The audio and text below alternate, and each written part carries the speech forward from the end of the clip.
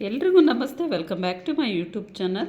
So ಇವತ್ತಿನ ಒಂದು recipe ಏನಂತ ಹೇಳಿದ್ರೆ ಎಗ್ ಬುರ್ಜಿ ಯಾವ ರೀತಿ ಮಾಡೋದು ಅಂತೇಳಿ ತಿಳಿಸ್ಕೊಡ್ತೀನಿ. ತುಂಬಾ ಸ್ಪೈಸಿಯಾಗಿ ತುಂಬಾ ಚೆನ್ನಾಗಿರುತ್ತೆ ಎಗ್ ಬುರ್ಜು. ಈ ರೀತಿ ಒಮ್ಮೆ ಮಾಡಿ ನೋಡಿ, ನೀವು ಕೂಡ ಇಷ್ಟಪಟ್ಟು ತಿಂತೀರಾ. ಸೊ ಹಾಗಿದ್ರೆ ಬನ್ನಿ ಇದನ್ನು ಯಾವ ರೀತಿ ಮಾಡೋದು ಅಂತೇಳಿ ನಾನು ವೆರಿ ಸಿಂಪಲ್ಲಾಗಿ ಹೇಳ್ಕೊಡ್ತೀನಿ. ಸೊ ಸ್ಟಾರ್ಟ್ ಮಾಡೋಣ ಅಲ್ವಾ. ಇವಾಗ ನೋಡಿ, ಎಗ್ ಬುರ್ಜ್ ಮಾಡಲಿಕ್ಕೆ ನಾನು ಒಂದು 2-3 ಆಗೋವಷ್ಟು ನಾನು ಈರುಳ್ಳಿನ ಈ ರೀತಿಯಾಗಿ ಕಟ್ ಮಾಡಿ ಇಟ್ಕೊಂಡಿದ್ದೀನಿ. ಮತ್ತು ಒಂದು 4 ಮೊಟ್ಟೆ ತೊಗೊಂಡಿದ್ದೀನಿ. ಹಾಗೆಯೇ ಉಪ್ಪು ಬೇಕಾಗುತ್ತೆ, ಮತ್ತು ಅರಿಶಿನ ಬೇಕಾಗುತ್ತೆ, ಮತ್ತು ಅಚ್ಚ ಖಾರದ ಪುಡಿ, ಮತ್ತು ನಿಂಬೆಹಣ್ಣು ಕೂಡ ತೊಗೊಂಡಿದ್ದೀನಿ. ಹಾಗೆ ಕೊತ್ತಂಬರಿ ಸೊಪ್ಪು ಮತ್ತು ಕುಕ್ಕಿಂಗ್ ಆಯಿಲ್ ಕೂಡ ಬೇಕಾಗುತ್ತೆ. ಸೊ ಇವಾಗ ಮಾಡೋದು ಹೇಗೆ ಅಂತೇಳಿ ನೋಡೋಣ. ಒಂದು ಪ್ಯಾನ್ಗೆ ನಾನು ಕುಕ್ಕಿಂಗ್ ಆಯಿಲ್ ಎಷ್ಟು ಬೇಕಷ್ಟು ನೋಡಿಕೊಂಡು ಆಯಿಲ್ನ ಹಾಕ್ಕೊಳ್ಳಿ.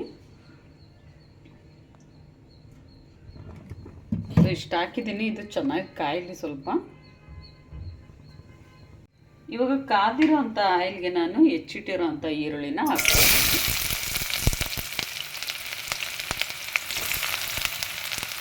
ಹಾಕಿ ಚೆನ್ನಾಗಿ ಫ್ರೈ ಮಾಡಿ ಇದನ್ನು ಒಂದು ಸ್ವಲ್ಪ ಟೈಮು. ಇವಾಗ ನೋಡಿ, ಸ್ವಲ್ಪ ಕಲರ್ ಚೇಂಜ್ ಆಗೋವರೆಗೂ ನಾವು ಈರುಳ್ಳಿನ ಫ್ರೈ ಮಾಡಿಕೊಂಡ್ರೆ ಸಾಕು. ಸೊ ಇದಕ್ಕೆ ನಾನಿವಾಗ ಅರಿಶಿನ ಸೇರಿಸ್ತಾ ಇದ್ದೀನಿ. ಸೇರಿಸಿ ಚೆನ್ನಾಗಿ ಮಿಕ್ಸ್ ಮಾಡ್ಕೊಳ್ಳಿ.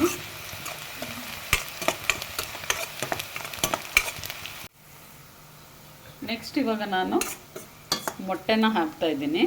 ಸೊ ಮೊದಲಿಗೆ ಉಪ್ಪಾಗಲಿ ಖಾರದ ಪುಡಿ ಆಗಲಿ ಹಾಕ್ಕೊಳಕ್ಕೆ ಹೋಗಬಾರ್ದು. ಸೊ ಇದು ಅರಿಶಿನ ಮತ್ತು ಈರುಳ್ಳಿನ ಹಾಕಿರ್ತೀವಲ್ವ, ಸೊ ಅದಾದಮೇಲೆ ನಾವು ತಕ್ಷಣವೇ ಮೊಟ್ಟೆನ ಹೊಡೆದು ಹಾಕ್ಕೊಳ್ಳಿ. ಈ ಥರ ಮಾಡಿ ನೋಡಿ, ಉಪ್ಪು ಖಾರ ಎಲ್ಲ ತುಂಬ ಚೆನ್ನಾಗಿ.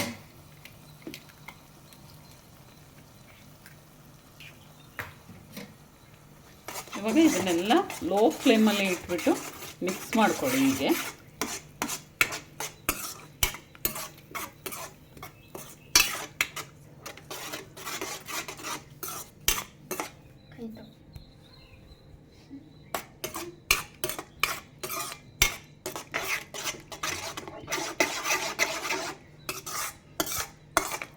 ಈ ರೀತಿಯಾಗಿ ಮಿಕ್ಸ್ ಮಾಡ್ಕೊಳ್ಳಿ.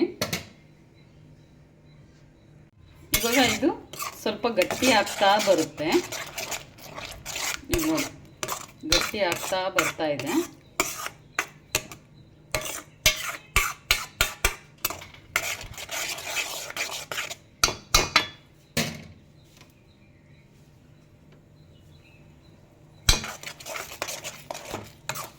ಸೊ ಈ ರೀತಿಯಾಗಿ ಗಟ್ಟಿ ಆಗ್ತಾ ಬರ್ತಾ ಇದೆ. ಇದಕ್ಕೆ ನಾನಿವಾಗ ರುಚಿಗೆ ಎಷ್ಟು ಬೇಕೋ ಅಷ್ಟು ನೋಡಿಕೊಂಡು ನೀವು ಸಾಲ್ಟ್ನ ಹಾಕ್ಕೊಳ್ಳಿ. ಸಾಲ್ಟ್ನ ಹಾಕ್ಬಿಟ್ಟು ಮತ್ತೊಂದು ಸರಿ ಈ ರೀತಿಯಾಗಿ ಮಿಕ್ಸ್ ಮಾಡ್ಕೊಳ್ಳಿ.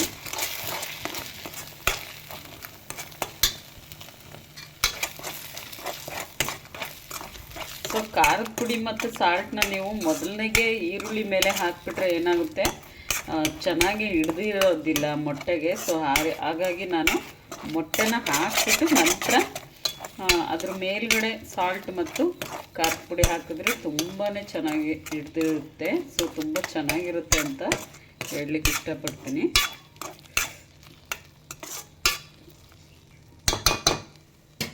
ಸೊ ಈ ಒಂದು ಅದಕ್ಕೆ ಬಂದಮೇಲೆ ನಾನು ಇವಾಗ ಅಚ್ಚ ಖಾರದ ಪುಡಿನ ಸೇರಿಸ್ತಾ ಇದ್ದೀನಿ. ಖಾರ ಸ್ವಲ್ಪ ಜಾಸ್ತಿ ಇದ್ದರೆ ತುಂಬಾ ಸ್ಪೈಸಿಯಾಗಿ ಚೆನ್ನಾಗಿರುತ್ತೆ.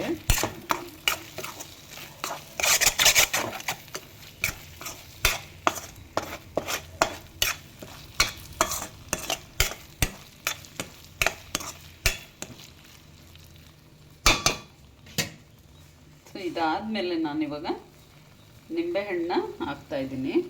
ಸೊ ಇವಾಗ ಫೈನಲಾಗಿ ನಾನು ನಿಂಬೆಹಣ್ಣನ್ನು ಹಿಂಡ್ತಾ ಇದ್ದೀನಿ. ಒಂದು ಅರ್ಧ ಹೋಳು ಹಾಕಿದ್ರೆ ಸಾಕು. ಹಾಕ್ಬಿಟ್ಟು ಚೆನ್ನಾಗಿ ಮಿಕ್ಸ್ ಮಾಡಿ ಇದನ್ನು.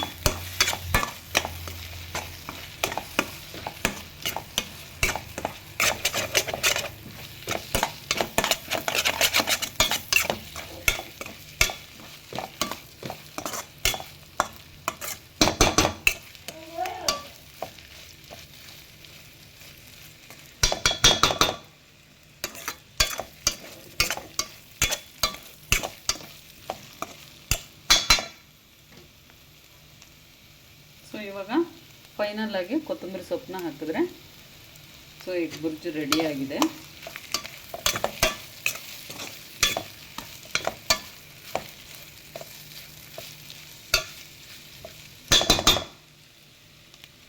ಫೈನಲ್ ಆಗಿ ಇವಾಗ ಎಗ್ ಬುರ್ಜು ರೆಡಿಯಾಗಿದೆ. ಸೊ ಸರ್ವ್ ಮಾಡೋದೊಂದೇ ಬಾಕಿ.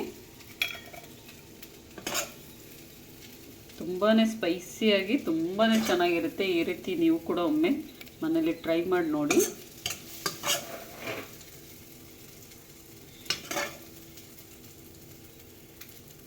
ನೋಡಿದ್ರಲ್ವಾ ಫೈನಲ್ ಆಗಿ ಎಗ್ ಬುರ್ಜು ರೆಡಿ ಆಯಿತು. ಸೊ ಯಾರೆಲ್ಲ ನನ್ನ ಚಾನಲ್ನ ಹೊಸಬ್ರು ನೋಡ್ತಾ ಇದ್ದೀರಾ ದಯವಿಟ್ಟು ಸಬ್ಸ್ಕ್ರೈಬ್ ಮಾಡ್ಕೊಳ್ಳಿ, ಲೈಕ್ ಮಾಡಿ, ಶೇರ್ ಮಾಡಿ ಮತ್ತು ಕಮೆಂಟ್ ಮಾಡೋದನ್ನು ಮರಿಬೇಡಿ. ಹೀಗೆ ಸಪೋರ್ಟ್ ಮಾಡ್ತಾಯಿರಿ ಅಂತ ಹೇಳ್ತಾ ಸೊ ಇವತ್ತಿನ ವಿಡಿಯೋ ನಿಮಗೆಲ್ರಿಗೂ ಇಷ್ಟ ಆಗಿದೆ ಅಂತೇಳಿ ಭಾವಿಸ್ತೀನಿ. ಸೊ ನೆಕ್ಸ್ಟ್ ಮುಂದಿನ ಒಂದು ರೆಸಿಪೀಸೊಂದಿಗೆ ಮತ್ತೆ ಸಿಗ್ತೀನಿ ಫ್ರೆಂಡ್ಸ್. ಹೀಗೆ ಸಪೋರ್ಟ್ ಮಾಡ್ತಾಯಿರಿ ಅಂತ ಹೇಳ್ತಾ ಇವತ್ತಿನ ಒಂದು ವಿಡಿಯೋನ ಎಂಡ್ ಮಾಡ್ತಾಯಿದ್ದೀನಿ. ಟೇಕ್ ಕೇರ್, ಬಾಯ್.